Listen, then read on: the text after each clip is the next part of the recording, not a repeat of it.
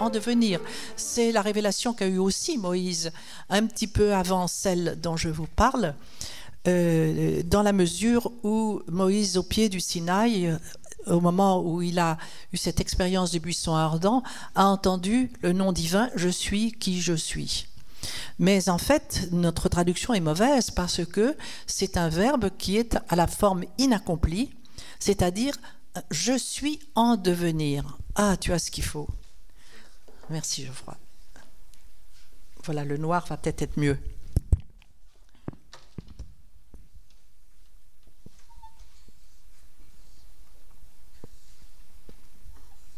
Voilà. C'est un je suis en devenir. Nous sommes tous des je suis en devenir, complètement bloqués dans notre situation d'exil, qu'on appelle chute, c'est un mot que je n'aime pas, je vous expliquerai par la suite pourquoi, mais pour l'instant, exil. Nous sommes en exil de nous-mêmes, nous n'avons aucune conscience de la présence du Fils à l'intérieur de nous, et ce devenir de l'être est complètement bloqué, ce qui fait notre drame, ce qui fait nos souffrances, ce qui fait le non-sens de notre vie. Si nous retrouvions cette conscience de la présence du Fils à l'intérieur de nous, nous comprendrions toute la dynamique qui est inscrite dans notre corps et que nous allons étudier pendant ces 2 jours. Les Hébreux nous disent, dans le livre du Zohar, que le tétragramme est une épée. Et il dit, à ce moment-là, le livre nous dit, le yod est le pommeau de l'épée, le vav est la lame et les 2 hé, les 2 tranchants. Nous avons là l'archétype du dessin que nous allons découvrir ici. Surtout si nous savons que la lettre E que vous voyez ici, qui se répète donc 2 fois, c'est la lettre qui veut dire en hébreu le souffle.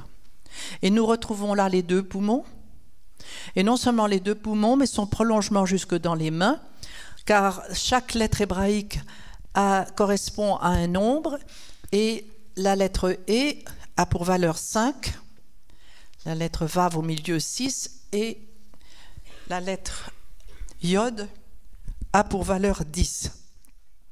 Et ce n'est pas par hasard que nous avons 5 doigts à chaque main, et nous avons une seconde formation dans situation d'exil pour assurer notre vie animale en exil, tout le monde de la procréation, mais cette formation va se répéter en bas avec les jambes, les pieds qui vont être ornés eux aussi de 5 doigts. Vous voyez, nous avons vraiment cette double formation en haut et en bas. Et c'est elle qui va être développée dans cet arbre.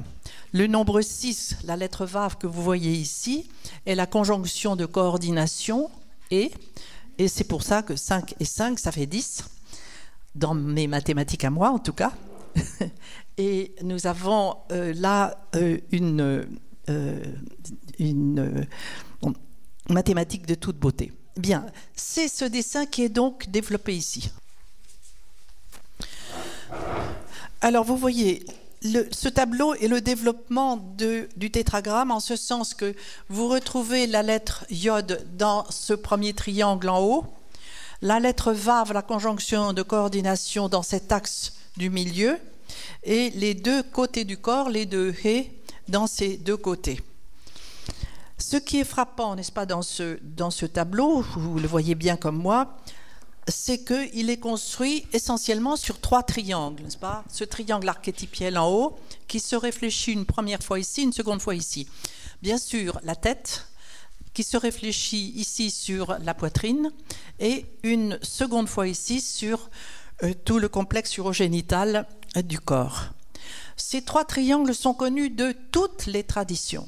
Toutes les traditions connaissent ce dessin, toutes. Je vous dis, c'est cela que j'ai retrouvé absolument aussi bien en Chine qu'en Amérique. Et les Chinois appellent ces 3 triangles les champs de cinabre. Je pense qu'il y a parmi vous des acupuncteurs qui connaissent, n'est-ce pas, les champs de cinabre, dont ils disent que ce sont des matrices qui, le cinabre étant une matière qui permet de matricier, si j'emploie ce mot comme Chouraki, de matricier l'être afin qu'il atteigne à l'éternité, retrouve à une dimension d'éternité. Et les Amérindiens appellent ce triangle-là un triangle d'eau, matrice aussi, matrice de feu et la matrice du crâne. Et toutes les traditions connaissent aussi la matrice du crâne. Donc il s'agit là d'une idée de matrice. Autrement dit, je crois que l'essentiel, étant donné que nous avons vu ensemble qu'il y a un fils en nous à faire croître, un germe de fils à faire croître, comprenons que tout notre corps va être programmé pour la croissance de ce fils. Voilà la loi fondamentale.